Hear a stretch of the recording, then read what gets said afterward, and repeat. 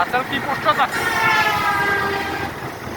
রাসেল হচ্ছে ওই যে ভিসি অফিসে হ্যাঁ। ফরেন স্কলারশিপ বিষয়ক কর্মকর্তা।